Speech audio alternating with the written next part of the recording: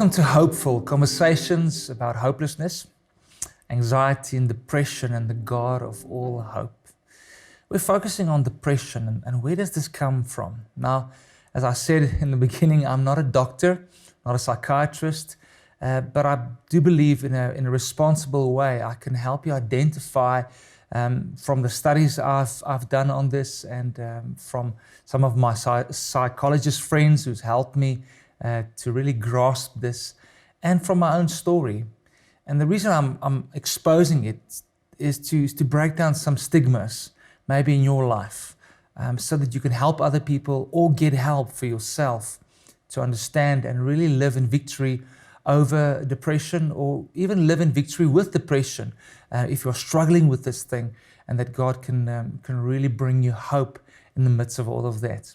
So depression comes from various origins, and it is such a complex sickness. It's such a complex disorder, whatever you want to call it.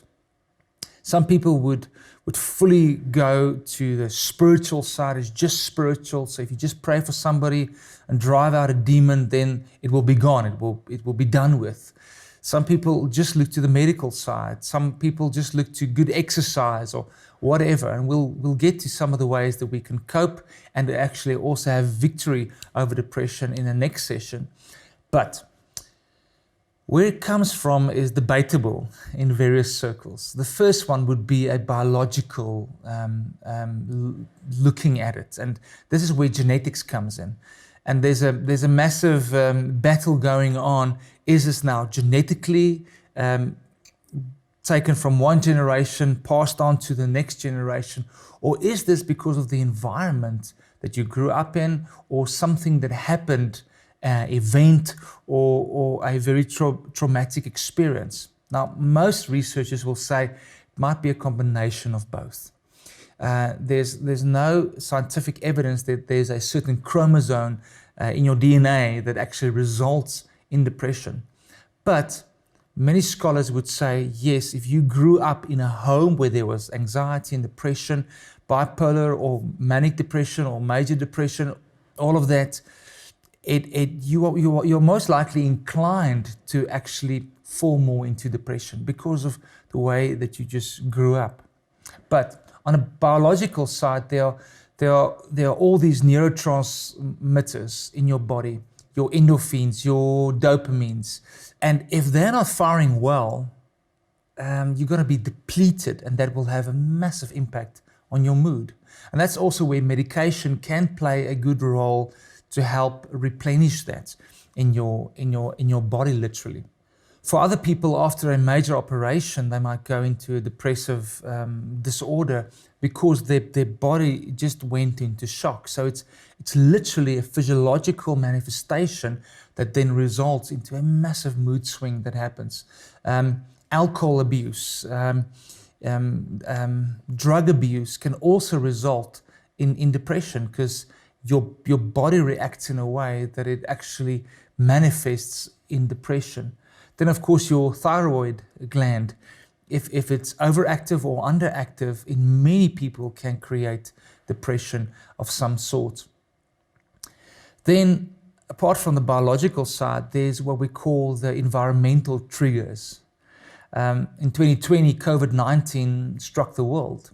And many people with underlying depression, suddenly it surfaced again, or people for the first time going through this massive change, all these challenges of what the future holds, and the anxiety and the fear of death suddenly exposed a lot of this. People going through major disappointment in their life, that can trigger also depression. Or, like I said, one of my first sessions, loss. Most depression can sometimes actually be traced back to a form of loss of a loved one, loss of your work, loss of a dream or an idea that you had.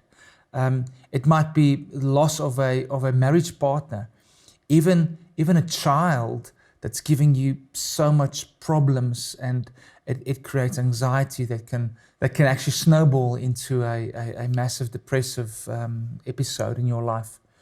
Then, of course, massive changes happening to people. You're going to a new town, or you're moving house, or having to say goodbye to something that you held on to. And then massive pressure, especially on finances. People experiencing pressure in finances are sometimes prone to, when they lose control of that, to start to stress and to start to become depressed about that. Of course, people burning out. You're working too hard. It's a stressful environment that you are in. And then, of course, other environmental stressors or triggers would be family feuds, relational problems that you suddenly have with those that you really love. And then the third area where this can come from is on a psychological phase in your mind. And not just in your mind, but many times it's undealt hurt from the past, trauma, maybe abuse that people experience. It's like one of these beach balls that you try and keep under the surface. You can keep one or two, but the moment there are 3 or 4 or 5, suddenly one of them will pop. And that's what sometimes happens. Somebody hits a midlife crisis. This individual was always in control. Everything was fine. And suddenly these things just start to come to the surface because they never actually dealt with that loss or with that trauma in their lives. It's like my little boy, he loves having plasters when he has a little cut and he just wants to put a plaster on anything. But we tell him, hey, if there's no blood, don't put on a plaster. But actually, that's what we sometimes do with our emotional wounds, especially men. Try and hide it away, try and suppress it. But it will start to fester if we don't deal with it, if we don't open it up, clean it. And that's where the amazing gospel of Jesus comes in, to be able to actually cleanse us. And this is where a very good psychologist and a counselor can play such a massive role to help you be healed, so that these things don't manifest and snowball into depression in your life. I believe also certain personalities are a bit more prone to this. Your more melancholic personalities that err to the side of perfectionism, you can be very hard on yourself. If life starts to lose control, you go into hyper emotions, the way you see life and see yourself. For myself, it was actually freeing to understand that I'm a bit of a perfectionist. I'm a bit of a melancholic personality. So now I can work on that. I can see it for what it is. I can embrace the good of that, but I can also take the bad of that to God and say, Lord, would you come and just purify that by your truth?